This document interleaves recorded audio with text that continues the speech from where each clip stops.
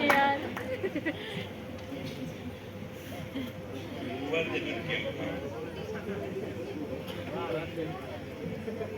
તો બહુ વિપત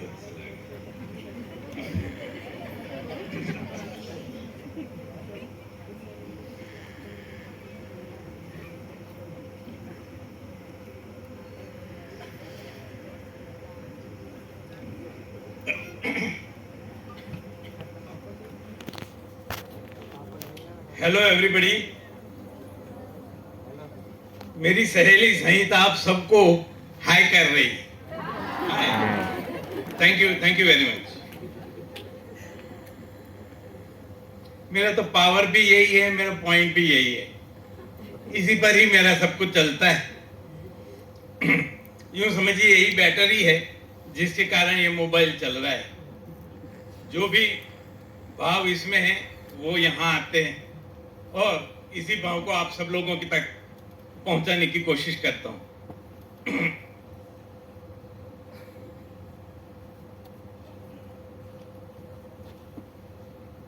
आज जब मेरे पूर्व वक्ताओं को सुन रहा था तो मेरी धड़कन बहुत तेज हो रही थी कि इतना अद्भुत, इतना सही, इतना सटीक संहिता का वर्णन और उसमें भी इनोवेशन और उसमें भी संहिता के सूत्रों का सटीक मॉडर्न प्रेजेंटेशन। पता नहीं मैं क्या बोलूं, कैसे बोलूं, बड़ी परेशानी थी। लेकिन फिर अपना तो हमेशा वीटो ही चलता है। जब भी कहीं फंसते हैं, जब भी कहीं ये गंगा मैडम ने बड़ा फंसाया मेरे को। हाँ सही में, जब हाँ बोली तब पता नहीं था कि ऐसे दिग्गजों के सामने बोलना पड़ेगा। फिर भी कोशिश करूंगा मैं, जो भी मैंने संहिता के साथ बात करते करते कल शाम यहाँ से निकला, घर गया, बड़ा टेंशन में था बहुत। कल के भी इतने विद्वान वक्ता थे कि वो सभी ने मेरे को झकझोर दिया कि भाई तुमको भी कल बोलना है, क्या बोलोगे। रात को घर गया, पहले मेरी संहिता को रूटीनली मैं जो 3 बार हक करता हूँ वो हक किया। 1 कप चाय, 2 कप चाय बनाई, 1 पी और संहिता को बुलाया, सुश्रुत को बोला आज चल चाय पीते हैं। और वो हमेशा आते हैं। These are the privileges of a Vaidya, that you can have a direct rapport with your mentor. हमारे गुरु को हम कभी भी पूछ कर सकते हैं। एटलीस्ट मेरी तो ये प्रिविलेज रही है, मैंने मेरे गुरु को रात को 2 बजे भी उठा के पूछा है कि सर इसका क्या होगा, ऐसे कैसे समझना है। और I have been so much lucky and so much privileged and humble that each and every time my Sadguru, my mentor, मेरा सब कुछ गुरु ही तो है, सदगुरु ही तो हैं, उन्होंने मुझे बताया है। रात को 2:30 बजे भी। आज सबसे पहली बार मेरी जिंदगी में मैं मेरे सदगुरु की उपस्थिति में कुछ दृष्टता कर रहा हूँ। उनकी कृपा सदा बनी रहे। Professor SN Gupta.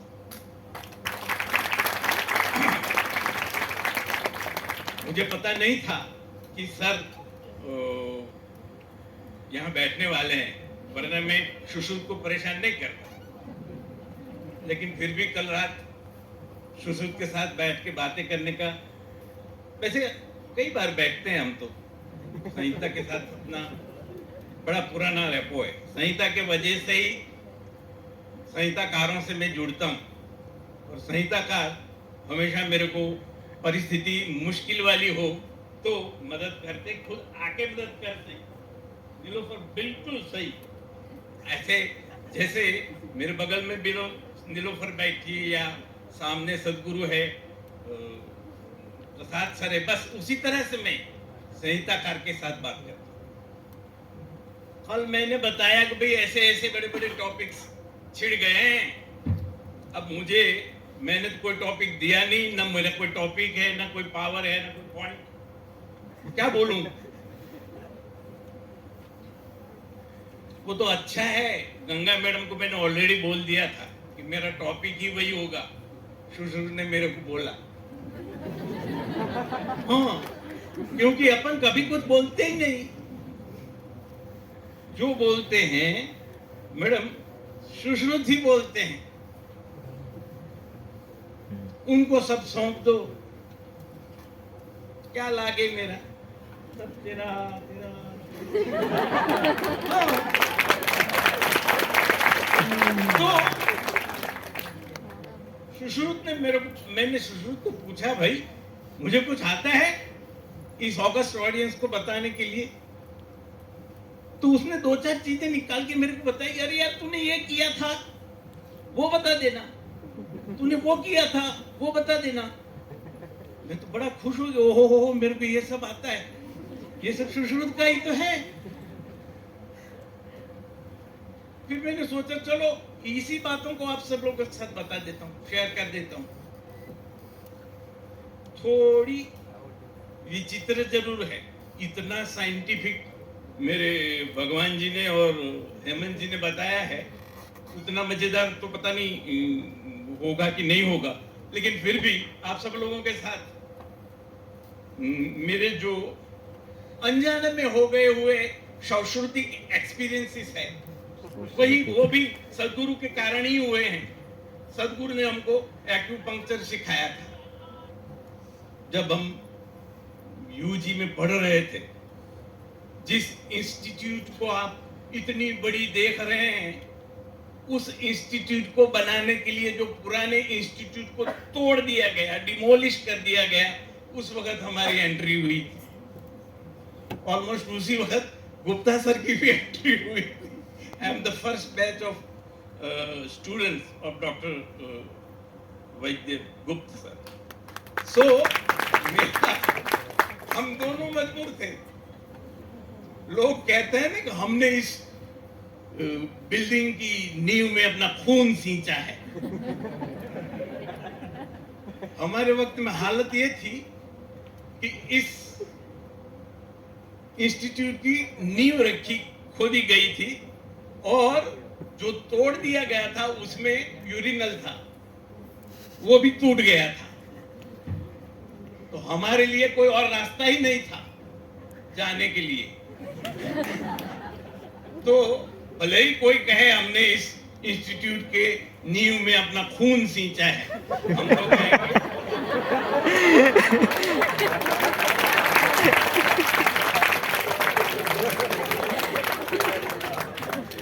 क्योंकि थी नहीं, यूरिनल ही तोड़ डाली थी।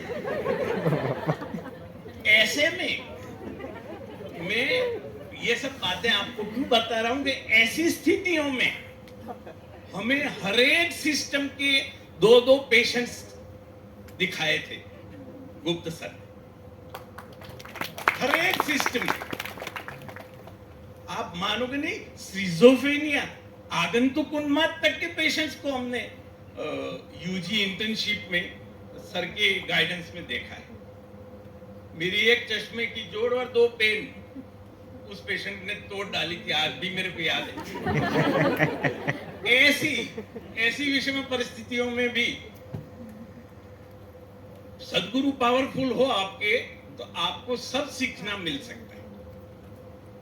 इसलिए हमेशा सदगुरु को अपने सर पर, अपने हृदय में, अपने पूरी वर्तणूक व्यवहार में आगे रखिए और मजे करिए। सदगुरु के ऊपर सब लोग कहते हैं ना सदगुरु के चरण में रहना चाहिए, मैं तो बोलता हूँ नहीं, सदगुरु के सर पर ही पड़ना चाहिए। क्योंकि नीचे बहुत भीड़ रहती पैरों के पास।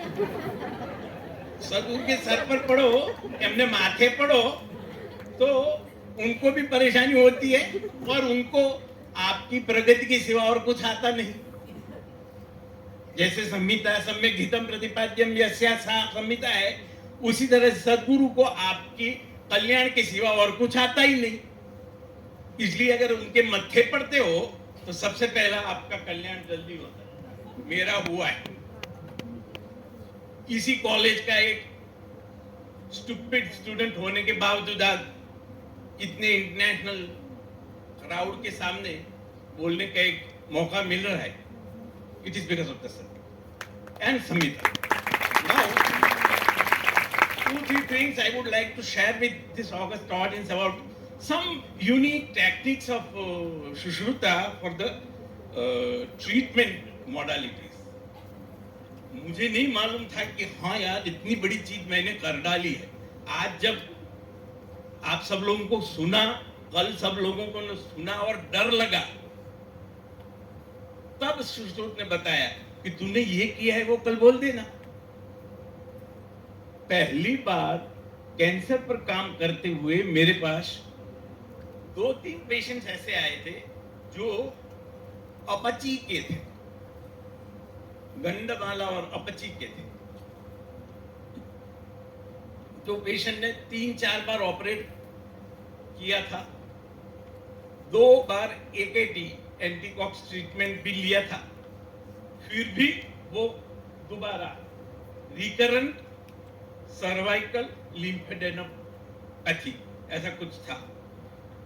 और ऐसी बार बार होके मिटने वाली उसको अपची सुश्रुत ने बोले हैं। और ऐसी अपची और गंडमाला उसके लिए पैर में इंद्रवस्ती मर्म के ऊपर इंद्रजाल मत्स्य जाल होते हैं, उसको निकाल के वहां दहन करने की ट्रीटमेंट बड़ी अनकन्वेंशनल, समझ में ना आए।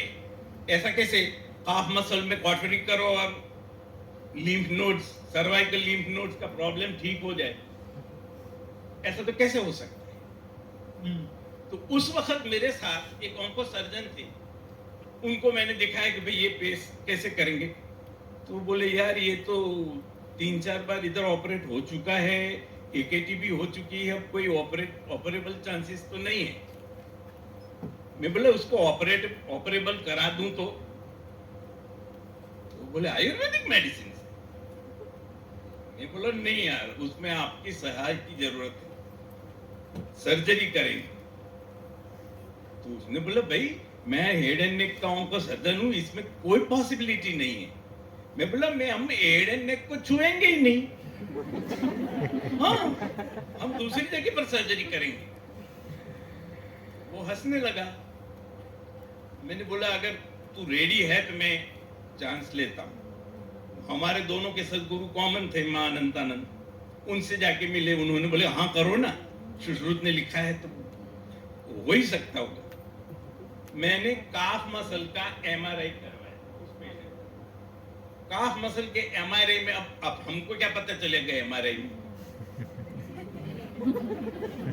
सीसीआईएम इतनी तो एडवांस नहीं हुई कि बीएमएस को या एमडी को एमआरआई पढ़ना सिखा दे। और मैं तो 87 का बीजी हूं, उस जमाने में एमआरआई खोदने वाला ही शायद पैदा नहीं हुआ। तो एमआरआई लेके मैं तो गया ऑन्को सर्जन के पास। मैं बोला ये काफ मसल में कहीं कोई गड़बड़ दिख रही है। मैंने अपने हिसाब से जो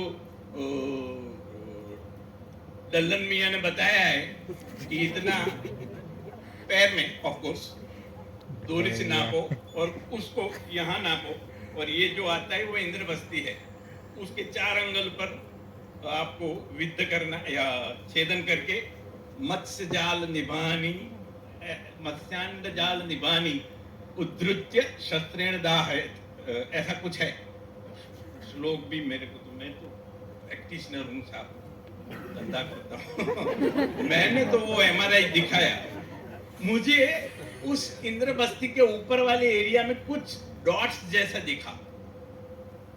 अब बड़ी मुश्किल से दिखा, और वो मैं वैद्य था और सुश्रुत पढ़ा था इसलिए दिखा। तो मैंने उसको बोला भाई ये क्या है, तो बोला कि नहीं ये तो आर्टिफैक्ट है, कुछ डाई ज्यादा लग गई होगी का पता नहीं, वो उसके कारण आर्टिफैक्ट लगती, कुछ होता नहीं ऐसा स्ट्रक्चर उस जगह पर। मैं बोला, फिर उसको मैंने सुश्रुत खोल के दिखाई, वो सिंगल का ट्रांसलेशन इंग्लिश, उसने पढ़ा, अरे ये सही में कोई स्ट्रक्चर होता है, एनाटॉमिकली तो कोई स्ट्रक्चर नहीं होता। विप्लव भाई देख, ये सुश्रुत ने लिखा है फादर ऑफ सर्जरी ने, उसको उतना ही पता था। अपने तो ब्रेड एंड बटर है, फादर थोड़े ही है, वैसे फादर ब्रेड एंड बटर ही होते हैं। तो फिर उसने इस आर्टिफैक्ट और ये रेफरेंस, ये दोनों पर उसने सोचा कि वैसे भी यहाँ तो कुछ ऑपरेबल है नहीं, और ये पेशेंट 4-6 महीने में जाने वाला है।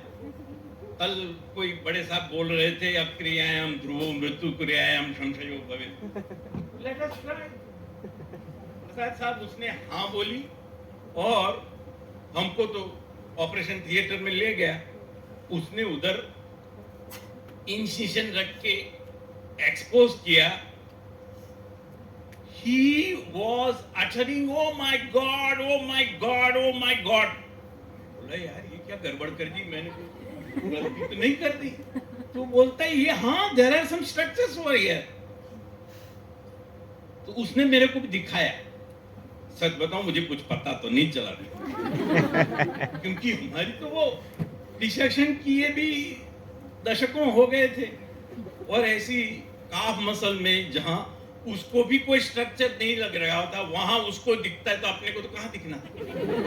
अपने को तो इतना ही पता चले कि हाँ संहिता ने लिखा है, और वो ये ऑन्को सर्जन ने देखा।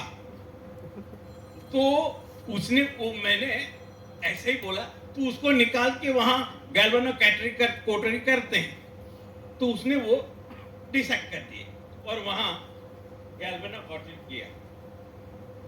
मैंने बोला अब दूसरे का एमआरआई किए बना ही उसको डिसेक्ट कर ले। तो उस वहां भी इंसाइज करके वहां भी दिखा ये स्ट्रक्चर।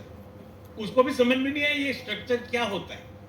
ये लिम्फ नोड भी नहीं, लेकिन लिम्फ नोड भी इतने छोटे तो नहीं होते, और वो इंटरकनेक्टेड, जैसे वो मत्स्य जाल बोला है, मत्स्यांड निबानी जालान, एग्जैक्ट ऐसी स्ट्रक्चर उसको दिख रही है।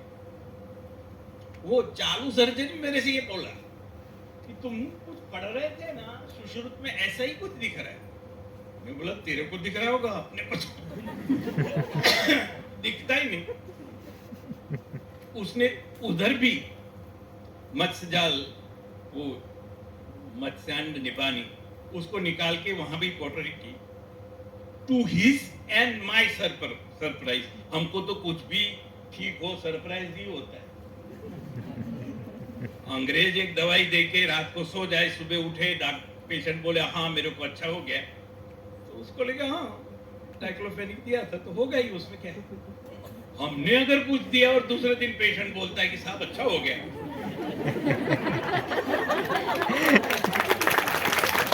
तो सिर्फ आनंद नहीं आश्चर्य भी होगा, पर फिर जरूर और thank you. So in that way he was also astonished, and he also did this, and to my and his surprise, within 3 months all his cervical lymph node vanished। अब ये सुश्रुत का जय बोलूं, एमआरआई का जय बोलूं, सदगुरु का जय बोलूं, पता नहीं क्या, आई वॉज स्पेलबाउंड। लेकिन फिर ऐसे 3 पेशेंट्स में मैंने किए, और तीनों में एक यहां इतना बड़ा ट्यूमर था, सब मैंडिबुलर कार्सिनोम, उसमें भी मैंने किया, वहां इनऑपरेबल था, उसको भी मैंने ये करवाया और ऑपरेबल हुआ। ठीक तो नहीं, वो कैंसर था, ठीक तो नहीं होना था, लेकिन ऑपरेबल हो गया। Doctor Kinnar Shah, he was colleague with me and oncosurgeon। तो ये सांस्कृतिक सर्जरी गाइडलाइंस, फिर हमने वो पूरा वर्नियर कैलिपर से वो अंग्रेज, अब डोरी से जिसका काम निकल जाता वो वर्नियर कैलिपर लोगे तो फिर और झंझटें होंगी। मैं तो अभी भी डोरी से ही करता हूं, और मेरा काम सर्जरी तो है नहीं, लेकिन इंसुलिन निडल की पिस्टन निकाल के उस जगह पर विद्ध करता हूं और पेशेंट के सर्वाइकल पेन्स, सर्वाइकल स्मॉल लिम्फेडेनोपैथीज को सबसाइड करता हूं। इतना होता है। इसको बंद करो यार, कोई दिखता ही नहीं मेरे को। वाह, हाँ। तो इस तरह से मैंने ये कहा सुश्रुत की ये सर्जरी, हाँ कितना सोना दिख रहा है। सुश्रुत की वो सर्जरी ने मैंने इस तरह से 3 पेशेंट में करके देखा। फिर मेरे को और अग्निकर्म की इच्छा हुई, अग्निकर्म भी मैंने किया, बहुत अच्छे रिजल्ट्स हैं। जो भी दोष स्टॉर्म के कारण, दोष प्रकोप के कारण दूर फेंके दिए जाते हैं, फिर वापस कोष्ठ तक नहीं आ पाते, वो शाखा या तो मर्मास्थि संधि में एकदम यहाँ पर ब्लॉक हो जाते हैं। जैसे एंटीबायोमा होता है ऐसे दोषोमा होता है, ऐसा मेरा एक संकल्पना है। और हम जब भी इंसुलिन सिरिंज की पिस्टन निकाल के वहां पियर्स करते हैं तो एक थ्रू एंड थ्रू बनता है जिसमें से दोष बाहर निकल जाते हैं और इमीडिएट टेम्पररी पेन रिलीफ हो जाता है। ये मैंने बहुत सारे पेशेंट में, it's an OPD procedure. Insulin needle लेते हैं, उसका पिस्टन निकाल देते हैं और पेनफुल पॉइंट्स को आइडेंटिफाई करते हैं जहां मैक्सिमम पेन होता है। मैं उसको ही मर्म समझता हूँ। ये क्रोकाटिका और वो आप बता रहे थे, वो तो लोकेट करना मेरी बस की बात नहीं, मेरे पास टाइम भी नहीं, किसी ने सिखाया भी नहीं। अब भगवान जी के पास आना पड़ेगा मुझे। तो ये ऐसे पेन पॉइंट्स को पकड़ना है और इंसुलिन निडल का पिस्टन निकाल के हर जगह पर एब्रप्टली पियर्स करना है। और अगर मेरी मानो, सुश्रुत की मानो, सदगुरु की मानो, पेन इमीडिएटली रिलीव हो जाता है, लेकिन टेम्पररी, ऑफ कोर्स टेम्पररी। लेकिन 2-3 दिन तक पेशेंट इज वेरी हैप्पी। फिर अगेन आता है, दोबारा पिक करते हैं। पहली बार में बहुत तकलीफ पड़ती, अरे बाप रे इतनी सारी सुई डाल दी, गड़ा दी, क्योंकि वो फटाफट करते हैं अपन दोनों हाथ से, 8, 10, 15 पंचर करते हैं, विद्ध करते हैं, लेकिन इंसुलिन निडल का होता है, इसलिए सब क्या बोलते हैं, सब क्यों, हाँ सब क्यों बोलते हैं, उसको क्या फुल फॉर्म क्या है, हाँ सब क्यूटेनियस होता है, इसलिए ज्यादा प्रॉब्लम नहीं। मेरे को नहीं आता अंग्रेजी, सब बोलते हैं, तो अपन भी बोलते हैं, लेकिन ये इससे दोष निर्हरण इमीडिएट हो जाता है। तो ये शायद महाराज ने बोला है, दोष हरण मूर्धभागिकम वमन हनिकम अधोभागिकम विरकम, सुश्रुत जी ने बोला है। तो ये दोष हरणम स्थानिकम विद्ध संज्ञकम, ऐसा करके मैंने एक नया सूत्र बना के अपने आप को खुश कर दिया है कि हाँ चलो शास्त्रोक्त है। तो इस तरह से मैंने विद्ध को बहुत बहुत जगह पर यूज किया है। आप सब लोग जो नए बच्चे हैं, जिनको प्रैक्टिस करनी है, पीजी करना उनकी बात अलग है, हाँ पीजी करो, प्रैक्टिस करनी है उनके लिए ये एकदम हैंडी अथवा कहिए ने એવું पेशेंट નું पेन किलर છે। प्राइवेट प्रैक्टिस करे वो सूरत का कंटका तारा वेदना क्षुद्र रोग है ना, पाद कंटक वात कंटक कुछ है, हाँ जो हील्स में पेन करता है। और लेडीज खास बोलती हैं कि सुबह उठ के पहले 4 कदम चलते चलते तो जान निकल जाती, चीज निकली जाएगी। वो पेशेंट को जरूर विद्ध कर्म करो, पहले उसको चलाओ। वो बोलती बहुत पेन होता है, फिर विद्ध करो, 8-10 विद्ध कर दो। वो चिल्लाएगी अरे अरे ओ लेडीज, ये कुमार, लेकिन फिर उसको बोलो अब चलो, इमीडिएट पेन कम होता है। ऑफ कोर्स 3 दिन में वापस आता है, लेकिन इमीडिएट कम हो जाता है। ये हेमंत सर आप जरूर करें, आपके वहां शल्य में जो भी दानवंतर हैं वो सब लोगों को ये मेरी छोटी सी इल्तिजा है कि आप जरूर इसको ट्राई करिए। अग्निकर्म वंडरफुल, बहुत अच्छा है। मेरे पास अग्निकर्म के लिए कार्सिनोम के पेशेंट में जो बोन मेटास्टेसिस होती है और बोन में पेन होता है, गंभीर धातुगत दोष होते हैं, अस्थि धातुगत दोष होते हैं और वहां रह के वो वात प्रकोप करके शूल पैदा करते हैं, तो वहां कैसे ठीक करना। तोशी खाने साहब आपके लिए बहुत इंटरेस्टिंग है वो। प्रसन्न सर आप भी बैठे हैं, जय हो। तो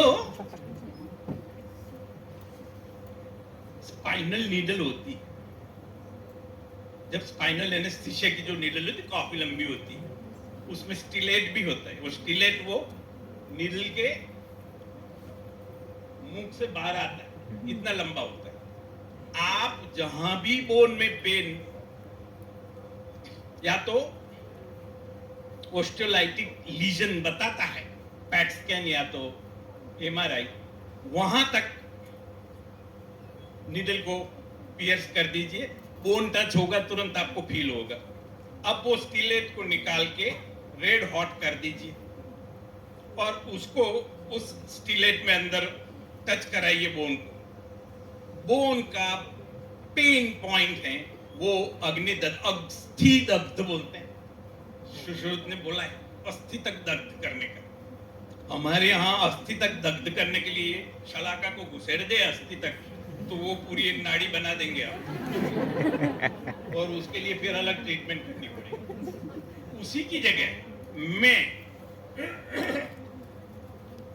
ये स्पाइनल नीडल्स है और वो लिख के देते हैं, पेशेंट लेके आता है उसको, फिर वो आप वो हरे वाला कपड़ा ढकते हैं बीच में होल वाला, वो सब नाटक सब नौटंकी पूरी करनी है।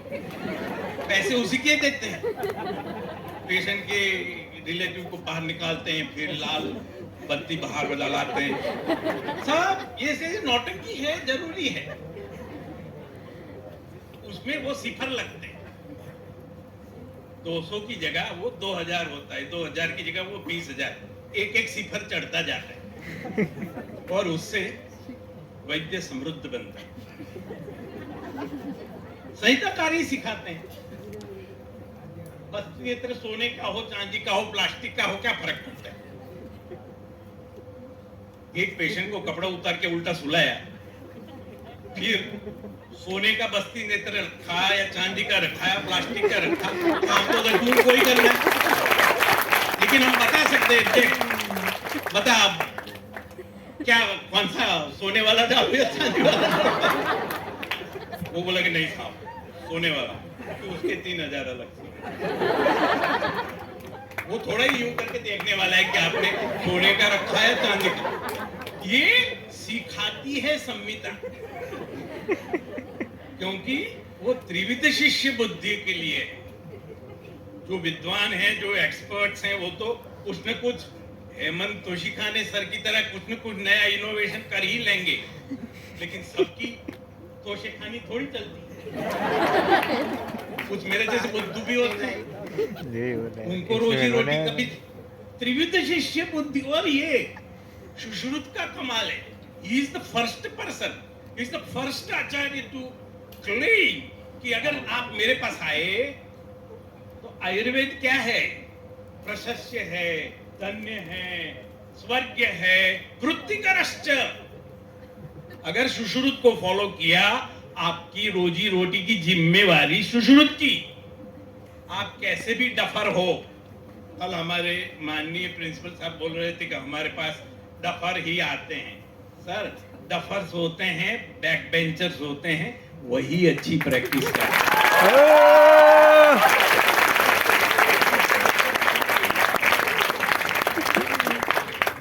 मेरा कभी यूनिवर्सिटी में नंबर नहीं आया। मेरे क्लास में भरत मैत्रा था जिसका यूनिवर्सिटी में नंबर आया था और आता रहता था। मैं तो फर्स्ट ईयर फेल था ओह इतिहास में। इतिहास ऐसे डफर को आज पूरा हॉल भर के सुन रहा है प्रैक्टिकल एस्पेक्ट के लिए। मेरे कहने का मतलब ये है कि आपके लिए आयुर्वेद में सब स्कोप है। आप विद्वान हैं, इंटेलिजेंट हैं, अखंडानंद में एडमिशन मिले ऐसे ही विद्वान हैं, कितने ही मार्क जी, एआईपीजीटी नीट हाँ अपन इस उम्र में नीट तो एक ही जगह पता होता है। आप सब लोग सब नीट के आदि हैं। तो मेरे कहने का मतलब कि कोई जरूरी नहीं है यहाँ आप आयुर्वेद को पकड़ के बैठते, संहिता को पकड़ के बैठते, अंग्रेजी करने जाओ, अंग्रेजी इंटरप्रिटेशन करो, तो फिर आपकी तकदीर जो आपको खिलानी हो, जो आपके कर्म में होगा वही। लेकिन आपके कर्म को, अरे हाँ यार, अगर आपको अपने कर्म के ऊपर अपने प्रारब्ध या अपनी क्षेत्र से पावरफुल, समृद्ध, प्रॉस्पर होना है तो संहिता, सुश्रुत, स्पेशली सुश्रुत, सभी संहिताएं आपको समृद्ध कर सकती है, लेकिन सुश्रुत तो जिम्मा लेता है। इतना बोल्डली तो कोई और आचार्य नहीं बोलता कि अगर मेरे पास आए, अरे वाह क्या बात है सर जी, भवंती छात्र, संहिता को इस तरह फॉलो करना है। सभी संहिताकार छात्र और कुछ भी होते थे, बस मेरे और संहिताकार में एक कॉमन चीज है कि वो सब लोग अपना लेक्चर देते देते थक के फिर बोलते कि बस अब इधर चाय होगी, भवंती छात्र। तो मैं तो उसको फॉलो करता हूँ। बुजुर्ग लोग बैठे हैं, सदगुरु बैठे हैं, उनकी अनुमति ले ही लेता हूँ। कुछ अंदर जाता है तो कुछ निकलता है। गुजरात में चाय पीते हैं। मेरे कहने का मतलब ये कि अगर सुश्रुत के पास गए तो ये ऐसी सर्जरी, पैरा सर्जिकल, अभी ये 4 दिन पहले सुश्रुत ने मेरे को बोला कि तू यार परतंत्रावलोकन क्यों नहीं करता। मैं बोला यार मेरे को अंग्रेजी नहीं आती, मैं नहीं पढ़ता अंग्रेजी। तो उसने बोला तुमको कौन बोलता है अंग्रेजी पढ़े, तू परतंत्र में चाइनीज तो पढ़। मैं बोला अंग्रेजी के मानदे हैं और तुम चाइनीज की बात कर कि नहीं। मैं बोला लेकिन उसको तो एक्यूप्रेशर और एक्यूपंक्चर और वो सब करते हैं, उसका तो तुमने कुछ लिखा नहीं, मैं क्यों करूं। तो सुश्रुत ने बोला कि मैंने भी लिखा है, चरक ने भी लिखा है। अभ्यंगमाचरन्यतम सजराश्रवात्मा शिरश्रवण पादेषु तम विशेषण जीलिए। ये सबको आता है। शिरश्रवण पादेषु, शिरः श्रवण, श्रवण और पाद, हाथ पग के तलवे। अभ्यंग बिना हाथ के तलवे के कहां करोगे। तो हर रोज आप अगर सर में मालिश करते हैं, कान में मालिश करते हैं, हाथ को यूं मालिश करके पैर की तलवों में मालिश करते हैं, तो पूरे शरीर में मालिश हो जाता है। और ये चीज चाइना वालों ने बताया। हाँ, कान में से पूरा शरीर आप नाप सकते हैं, हाथ में से पूरा शरीर नाप सकते हैं, पैर के तलवों में पूरा शरीर नाप सकते हैं। तो वो एक्यूपंक्चर करते हैं। मैं बोले यार अपना एक्यूपंक्चर तो हमको नहीं आता है। तो उसने बोला कि तू एक्यूविद तो कर सकता है ना। वाह, ये तो याद ही नहीं आया। एकदम लेटेस्ट है, 2 दिनों से मैंने एक्यूप्रेशर के पॉइंट्स पढ़ना शुरू कर दिए। और 2023 में अगर आपने मेरे को बुलाया तो मैं बताऊंगा कि ये एक्यूविद कि कैसे रिजल्ट, क्योंकि एक्यूप्रेशर के तो रिजल्ट दिखते हैं। सो मेनी पेशेंट्स हमको बताते हैं कि हाँ मेरा सर्वाइकल पेन था या लेग पेन था, हैकिंग कॉफ था, ग्रुद्रसी था, कमर का दर्द था, वो सभी एक्यूप्रेशर के प्रेशर पॉइंट्स को करके कैरियोप्रैक्ट भी करते हैं। ये परतंत्र अवलोकन है। मैं सोचता हूं तद्विद आचार्य सेवा करने का, अगर मेरे तो क्या बोलते हैं घर में केड़मा छोकरू हिंदी में શું કહે? हाँ, केड़मा छोकरू गांव में डंडर उमरा मेली डूंगरा पूजवा। घर में ही मेरे साहब हैं एक्यूपंक्चर सिखाने वाले।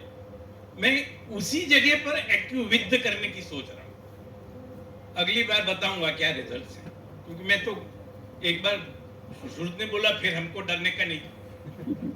सुश्रुत बोलते हैं सर ने सिखाया एक्यूपंक्चर, फिर क्यों न करें, एक्यूविद्ध करेंगे इंसुलिन निडल से। और मजेदार बात है, विद्ध करते हैं उसमें बहुत कम बार ब्लीडिंग होता है, एक छोटा सा स्पॉट होता है, तो पेशेंट ओ लोई निकली, ब्लीड हो गया, ब्लीडिंग हो गया, खून निकल गया। तो हम बोलते हैं देखो एक ही जगह से खून निकला, बाकी सब जगह से कचरा निकला। अगर कुछ खून नहीं निकलता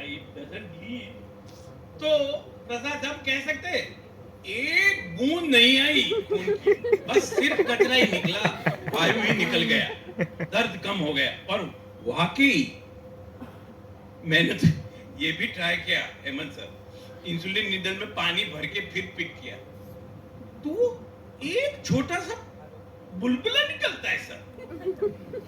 this is something very fascinating. Insulin needle में इंसुलिन की जगह पानी भर के पिस्टन निकालो तो तुरंत वो गिरना शुरू कर देती है, लेकिन आप उसी वक्त प्रिक करो तो छोटा सा बुलबुला उसमें से निकलता है। ये अब वो अलाबू वाला क्या है, हिजामा करते हैं, उसमें भी जो ब्लड लेटिंग होता है या उसमें जो रक्त मोक्षण निकलता है, वो रक्त तो बाद में निकलता है, उसके पहले उसके डोम पर बाजी जाए, हाँ वो ह्यूमिड बन जाता है। तो ये सब छोटी छोटी चीजें हैं। सूक्ष्मत्वात् अस्थायित्वात् सात्मत्वात् दोषवातुमलादिनं परिणाम न गच्छते। वो आप कश्नली में इतना mm या इतना ml आ गया वायु या पित्त, वो नहीं देखा, वो एक सेकंड का टाइम होता है, माइक्रो सेकंड में वो निकल के चले जाते हैं, उस वक्त वो देख लेना है। ऐसे ही विद्ध करो तो निकल जाए, पता भी नहीं चल गया। मैंने देखा कि यार निकलता है कि नहीं कुछ वायु, क्योंकि दर्द तो कम होता है। और बड़ी ताज्जुब की बात है that when you pierce a water-filled insulin syringe, a small bubblet you can say आता है। मैं तो बहुत कंफर्म हो गया कि रक्त मोक्षण में दोष निर्हरणीय होता है, उसके बाद में रक्त भी आता है। इसलिए कहा जाता है कि रक्त मोक्षण करते हम दोष मोक्षण ही है, दोष हरण ही है। इसीलिए रक्त मोक्षण के साथ प्राण भी चला जाता है। युनक्ति प्राणायाम प्राण छोड़ितम मनवावति, तो प्राण भी निकलता है, प्राण को संभालना पड़ता है। अगर प्राण क्षय हो गया तो जीवादान हो जाता है, रक्तमेव जीवित स्थिति। और इसलिए स्नेहपान करके रक्त मोक्षण करने को बोला है, क्योंकि स्नेह साध्यश्च प्राणः। तो इस तरह से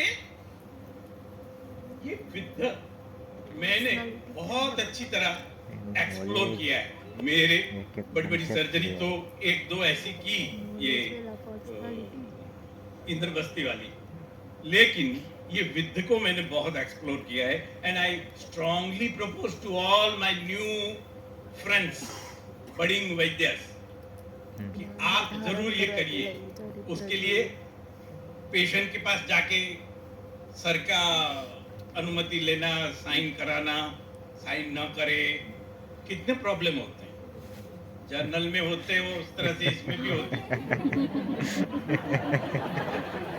इसलिए मैं चाहता हूँ इंसुलिन नीडल खरीद के एक दूसरे के ऊपर ही करो, पेन हो न हो, एटलीस्ट वो आदत तो बने।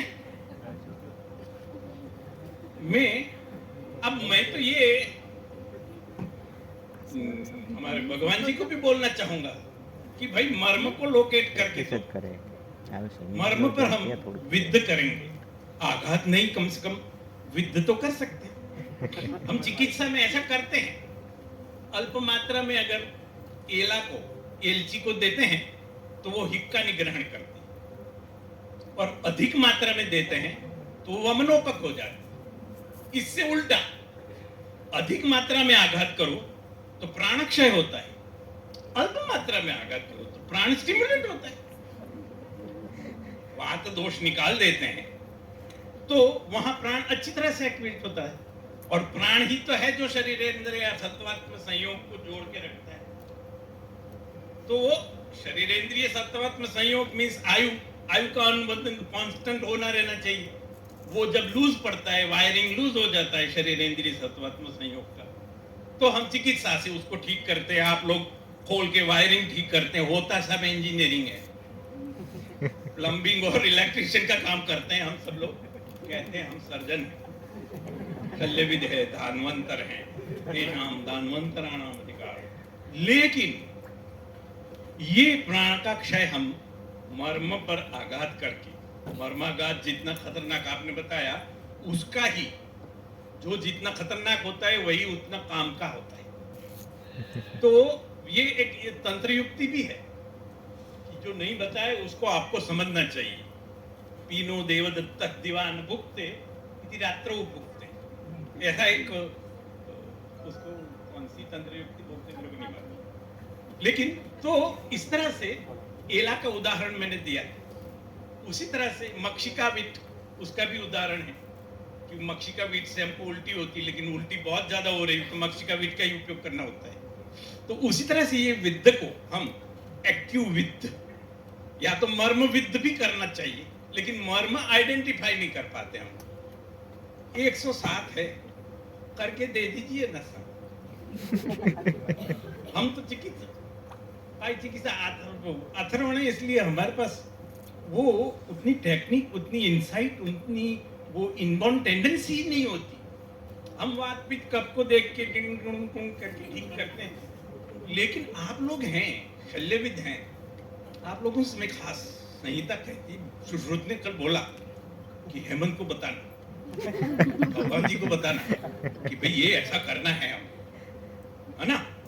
तो मैं आप सब लोगों को आज बस यही टेक अवे मैसेज देने के लिए आया हूं कि आप सब लोग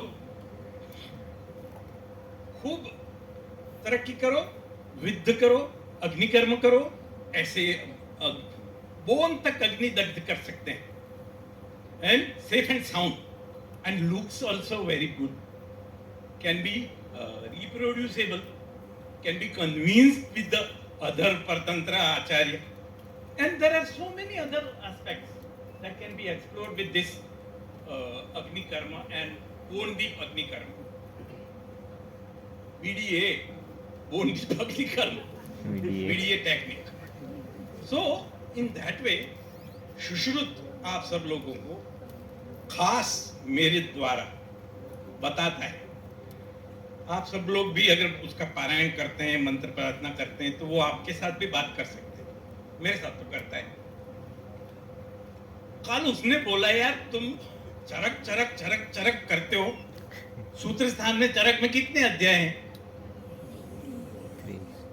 कितने हैं? सुश्रुत में 47 है, 46 सॉरी। निदान में कितने हैं? चरक में 9 है। 8 नहीं 9।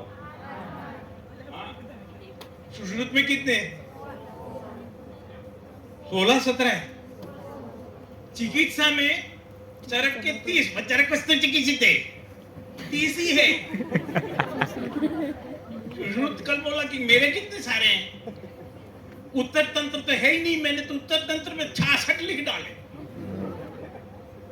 और फिर भी आप चरक चिकित्सित है। मेरे को शारीरिक की तक फिट ही रख दिया है। इतना सारा काम करके उठाने में भी तकलीफ पड़ती है। चरक उठाओ तो फट से उठ जाती, बड़ी ताकतवर की। इतनी जोरदार संहिता है यार। हम सुश्रुत को तो नहीं आसुरी चिकित्सा या तो ब्ला ब्ला ब्ला क्या कुछ नहीं बोलते। सच बताऊं ना,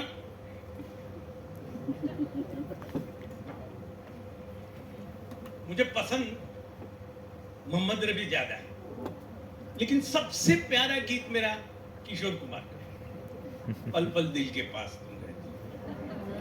same thing happens with this Samhita, पता नहीं मेरे साथ ऐसा क्यों। चरक संहिता मेरी फैन, या तो मैं उसका फैन हूँ जेनेटिकली, या तो पारंपरिक से मैं चरक संहिता का फॉलोअर हूँ, ऐसा भी नहीं बोल सकते। संहिता का फॉलोअर हूँ, चाहक हूँ, प्रेमी हूँ, लेकिन सबसे प्यारा अगर कोई श्लोक हो पूरे वाङ्मय में तो वो मेरा सुश्रुत का है। सतताध्ययनम वादः परतंत्रावलोकनम तद्विदाचार्य सेवा बुद्धिमेधा करो गणः। पहली 3 लाइन में बैठे वाले लोगों के लिए ये कन्वेंशनल टॉपिक हो सकता है कि कांस्टेंट डिस्कशन करना चाहिए, खूब पढ़ना चाहिए, दूसरे तंत्रों का अभ्यास करना चाहिए, उसके एक्सपर्ट्स को कंसल्ट करना चाहिए, उसी में बुद्धि और मेधा है। लेकिन 3 लाइन के बाद वाले जो मेरे दोस्त हैं उनके लिए ये बहुत बड़ी टिप है। लड़की पटानी हो तो भी सतताध्ययनम, दूसरे कॉम्पिटिटर्स से वाद, सतताध्ययनम वादः परतंत्रावलोकनम, तो दूसरे कॉम्पिटिटर या जो दूसरे लाइन मार रहे हैं उसका भी अध्ययन करना पड़ेगा। और कहाँ रहती है, कहाँ रहता है, कौन से उसके मम्मी पापा है, क्या है, वो सब रेकी करनी पड़ेगी। तद्विद आचार्य सेवा, इसी में समझदारी है। बुद्धि मेधा करो गणः। सुश्रुत सभी के लिए है, सिर्फ विद्वानों के लिए नहीं। जिनको लड़की पटाना हो वो भी सुश्रुत, उसमें भी आपको गाइडलाइन दे सकते हैं। ऐसा हैरिसन डेविडसन कोई सन नहीं दे सकता, ये बात है।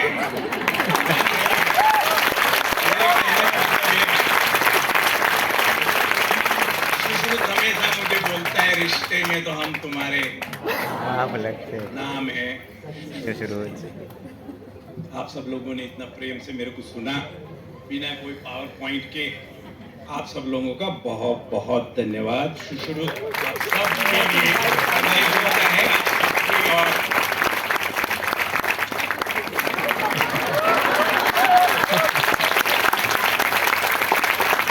thank you so much, sir, for such an informative and wonderful session.